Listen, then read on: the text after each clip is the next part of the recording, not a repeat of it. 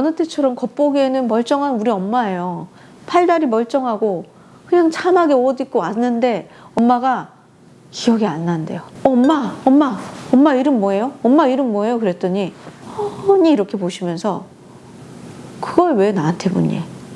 제가 그거 보고서 제가 충격을 받아가지고 그래서 엄마 목을 끌어안고 울었어요. 제가 거의 5, 6일 만에 거의 과거 기억을 다 회복하셨어요. 제가 충격인 게 엄마가 치매가 온 것도 충격인데 이렇게 5일 만에 나을 거를 이렇게 빨리 낫는다고? 치매가 이렇게 빨리 나을 수 있다고? 야, 진짜 목이 핵심이었는데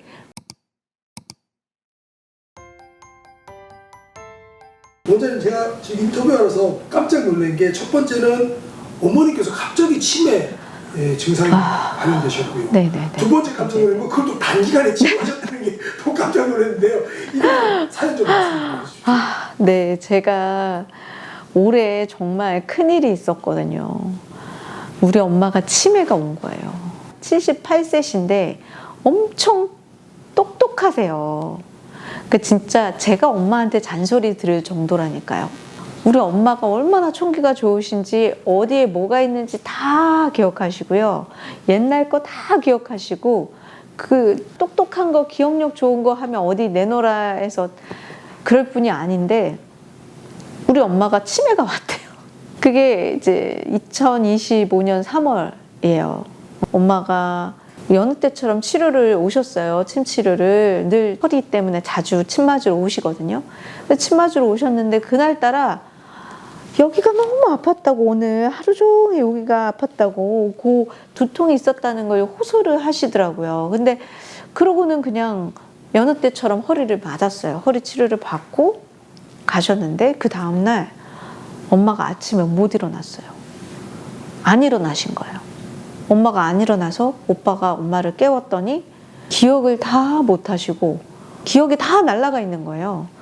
아빠 장례식 치렀던 거 어디서 치렀는지 1도 기억 못 하고 아빠 기억도 다 날아가 버리고 기억나는 거 아빠 산소밖에 없고 그 지난주에 갔다 왔던 거 내가 어디 사는지 내가 왜 여기 없는지 딸이 왜 여기 없는지도 모르시고 왜 여기 없냐고 아들한테 묻고 아들한테도 여기서 5년 동안 사신 아파트인데 다 낯설대요. 다 처음 보는 것 같고 뭐가 어딘지 하나도 모르겠고 그나마 그때는 엄마가 자기 존재와 아들하고 딸 이름은 기억하고 있었고요. 우리 천인지 한의원도 이름은 기억을 했어요. 근데 천인지 한의원이 있는 건 알겠는데 그게 어딘지는 모르겠대요. 걸어서 5분 거리인데 매일 다니시는 곳인데 그래가지고 오빠가 아침에 저한테 전화가 와가지고 난리 났다고 집에서 큰일이 났다고 엄마가 기억을 하나도 못한대요. 이러고 오빠가 엄마를 모시고 온 거예요. 모시고 왔는데 그냥 여느 때처럼 겉보기에는 멀쩡한 우리 엄마예요. 팔다리 멀쩡하고 그냥 참하게 옷 입고 왔는데 엄마가 기억이 안 난대요. 기억이 안 난대. 기억이 안 난대요. 와보니까 여기가 여긴가? 이러고 그래서 저한테 치료를 받으신 거예요.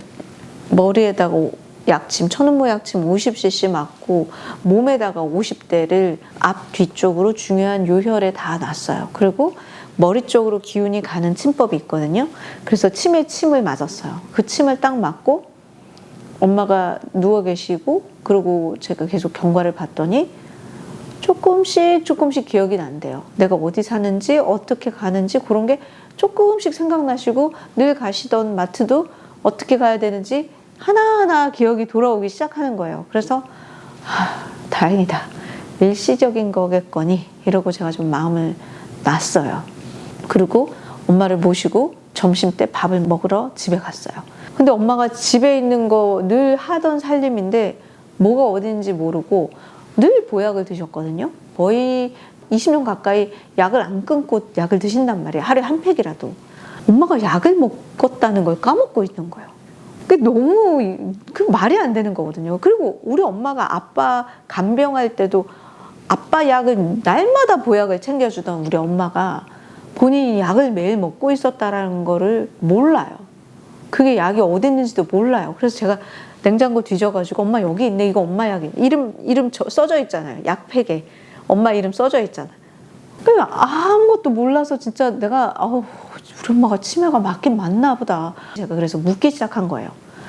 그랬더니 사랑하는 남편 장례식을 어디서 치렀는지 조차 기억을 못 하시는 거예요. 그것도 바로 작년 일인데, 딱 1년 일인데. 밥 먹고 이제 앉아있으면서 얘기하다가 이렇게 이러시는 거예요. 찌릿하시면서 여기가 늘 아프다고 하셨던 그 부위가 다시 정기적인 충격을 받은 것처럼 표정이 그런 거예요. 이렇게 하시면서 보니까 더 이상해진 거예요, 엄마가.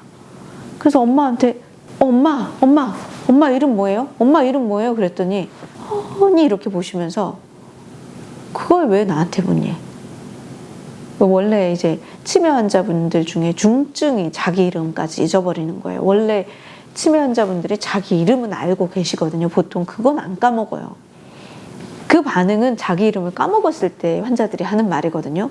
자기가 자기 이름을 모르니까 그런 걸 왜 묻냐면서 그렇게 말씀을 하시거든요. 그래서 본인 이름도 까먹고 남편 이름도 까먹고 그나마 기억하는 건 아들 이름 하나, 그것만 대답을 하시는 거예요. 아들 이름 하나만. 근데 우리 아빠도 그랬어요. 우리 아빠도 뇌염이시니까 뇌 쇼크 한번 오시면 또 싹 다 기억이 리셋이 되시거든요. 그때도 아빠 이름 까먹고 엄마 이름도 까먹고 아들 이름 하나만 알더라고요. 우리 오빠 이름. 우리 오빠는 몸복이래요. 엄마 아빠가 뇌를 다쳐도 아들 이름은 안 까먹어. 그래서 오빠 이름만 기억하고 아무것도 모르는 거예요, 엄마가. 또 그러더니 또 이렇게 조금 더 반응이 이상한 거예요. 제가 계속 엄마를 불러도 딴 데를 보고 내 얘기를 제대로 듣고 있는 건지 마는 건지도 반응이 이상할 정도로 이렇게 딴 데를 보고 입도 이렇게 하고서 그냥 가만히 이렇게 있는 거예요. 와, 제가 진짜 제가 그거 보고서 제가 충격을 받아가지고 그래서 엄마 목을 끌어안고 울었어요. 제가 목을 끌어안고 웃는데 우리 엄마는 뭐라 그러냐면 니는 왜 우는데? 우리 엄마 사투리 니는 왜 우는데? 그래서 제가 진짜 우리 엄마가 치매가 맞구나. 우리 엄마가 치매구나. 어떻게 이렇게 치매가 이렇게 갑자기 이렇게 올 수가 있나. 근데 두통이 바로 그 전조였다는 걸 제가 이게 복기를 하면서 알게 된 거야. 그 전에도 계속 실은 두통이 있으셨대요. 나중에 이제 엄마한테 확인하면서 알게 된 거예요. 그 전에도 두통이 있었는데 저한테 호소를 제대로 안 하셨고, 그러니까 제가 기억하는 거는 진짜 발병 전날 여기가 너무 아팠다는 거예요. 근데 요 부위가 엄마가 너무 아팠다고 하는 부위가 실은 열감이 있는 부위이기도 하고 엄마가 머리가 제일 수치 없고 빠져있는 부위이기도 했어요. 거기가 제일 빠져있거든요. 머리카락도 제일 가늘고 바닥이 좀 보이고. 근데 여튼 거기가 기억의 영역인 거예요. 이제 치매가 여러 종류가 있거든요. 이게 감정적으로 변해가지고 막 공격적인 치매가 있고요. 기억만 날아가는 게 있고, 그런데 이제 여기가 기억을 담당하는 곳인 거고, 이제 공격하거나 이런 감정적인 어떤 분노나 감정이 달라지고 막 이러는 거는 요 전두엽 쪽이거든요. 그럼 이 전두엽 쪽에 뭔가 그 손상이 온 거예요. 근데 우리 엄마는 이제 기억의 손상이 오신 거죠. 그러니까 당장 그냥 큰 병원 가서 MRI 찍고 혈관 조영술 할까 하다가도 그거 해봤자 사실 결과에 따른 어떤 치료 방법이 없어요. 그러니까 그래 이제 양방 치료나 제가 또 신경정신과 전공이라 제가 논문도 치매잖아요. 물론 알코올성 치매지만 알코올성 치매 연구 석사 논문을 썼으니까. 그래서 그냥 그래 내가 치료를 하자. 내가 일주일간 엄마한테 치료를 쏟아부었는데도 차도가 안 보이면 그래 그러면 내가 어쩔 수 없지 뭐 가야지 이렇게 마음을 먹고 엄마를 제가 5일간을 집중 치료를 하기 시작했어요. 근데 그 치료를 어디를 하게 됐냐면 분명히 머리에 약침을 맞고 기억이 돌아왔는데 돌아왔다가 다시 너무 금세 그것도 1시간도 못 간 거예요. 호전이 1시간 좋아졌다가 다시 악화가 더 심각하게 악화가 됐으니까 그러나 분명히 호전이 보였다라는 건 이게 역할을 한다는 거고 근데 엄마가 아까 찌릿하면서 이런 거라서 이 두통을 유발하고 하는 거에 목에 분명히 긴장과 스트레스가 이 머리 쪽으로 분명히 뭔가 있었구나 싶어서 그치? 그러면 그쪽에 문제가 생겨서 엄마가 이렇게 치매가 생긴 건가 싶어서 이게 목에 대한 가설을 두고 목에다가만 진짜 이 사각근 있죠? 여기 사각근하고 요 뒤쪽 후두 쪽 근육들 그리고 경추 쪽 하고 이 경추 C1 레벨로 이렇게 가로로 유착되어 있는 걸 다 좀 풀어주면서 약침을 목에다만 50cc를 때려본 거죠. 그 다음에 잤어요. 그래 재우고 아침에 일어나서 머리 두피에다가 다시 50cc를 또 맞았어요. 그랬더니 엄마가 하시는 말씀이 너무 좋대요. 뭐가 좋냐? 고개를 뒤로 젖혀도 안 아프대요. 제가 그 말을 듣고 너무 허탈한 게 그러면 평소에 고개를 뒤로 젖히면 아팠다는 거잖아요.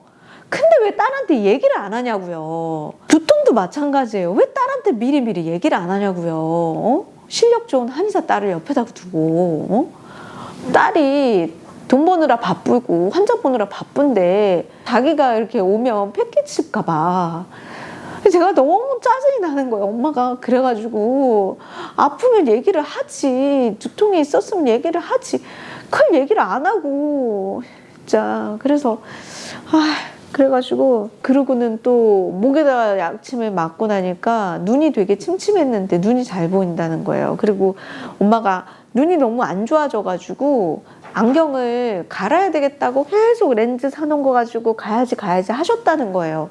그러니까 그것도 저한테 얘기를 안 했어. 딸들 아들들이 가끔은 물어보세요, 엄마한테. 저도 후회했어요. 그래서 이번에는 엄마 모시고 제가 우리 집으로 모시고 가가지고 원래 제가 아침을 잘 안 챙겨 먹거든요.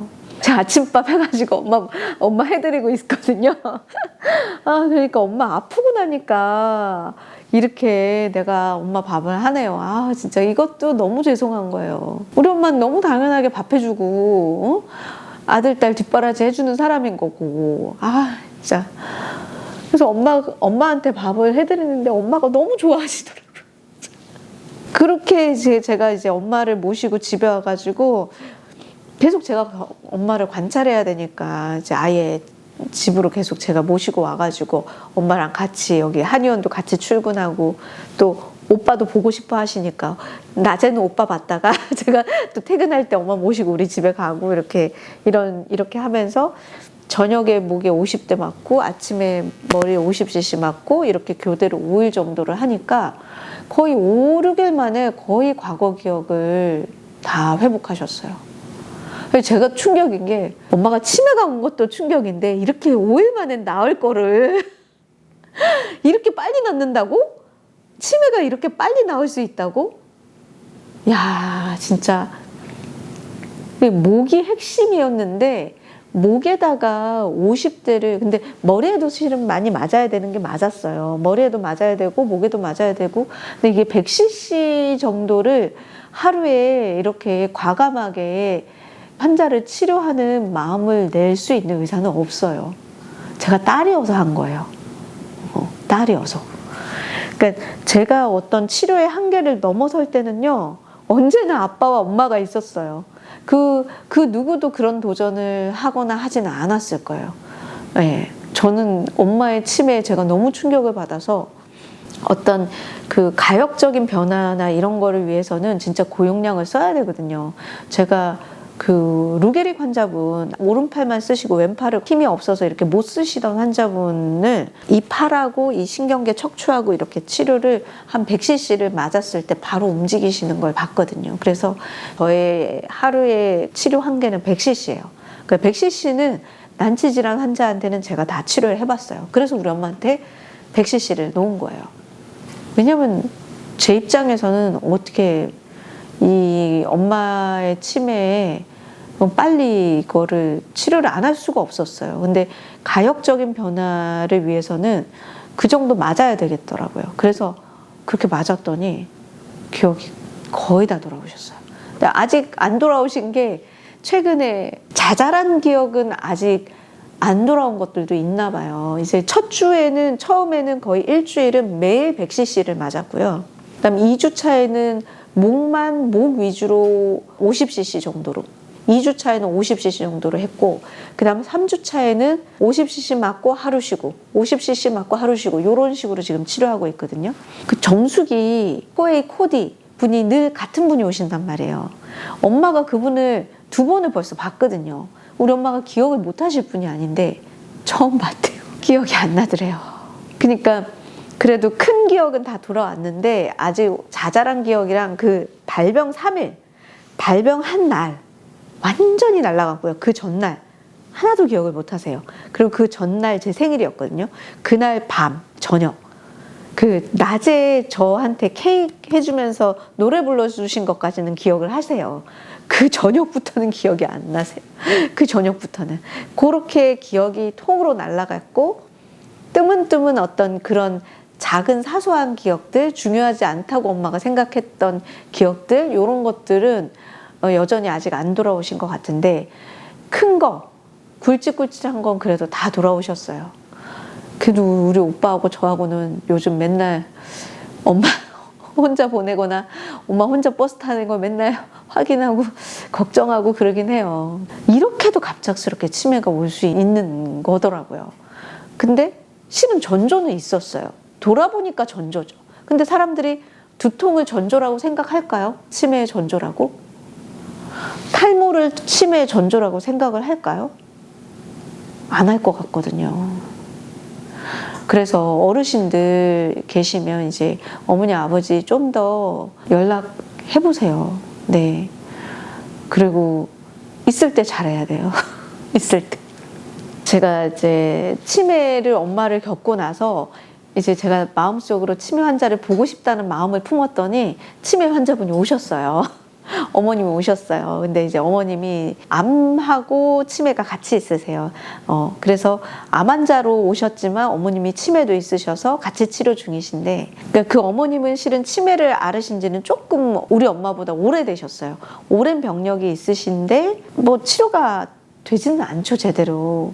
그래서 따님이 모시고 있는데 따님이 제일 힘들어 하시는 게 같은 말을 계속 반복하세요.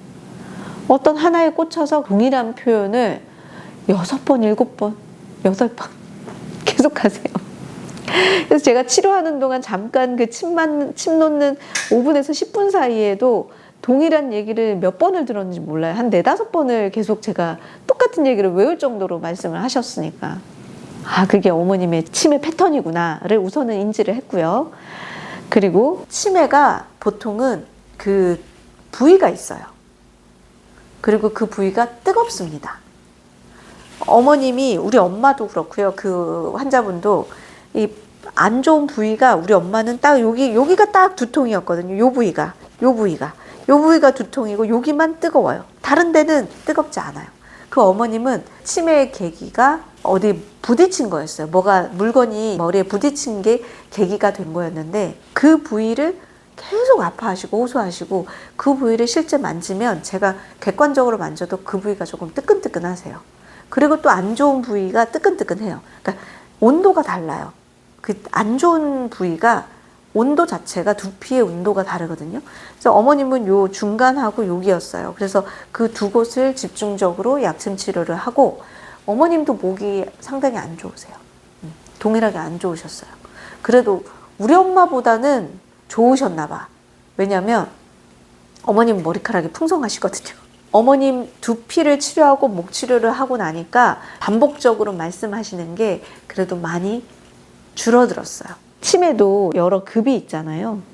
근데 이제 어머님이 치료를 그래도 좀 하시면서 많이 좋아지셨다고 지금 따님한테 피드백을 듣고 있습니다. 네.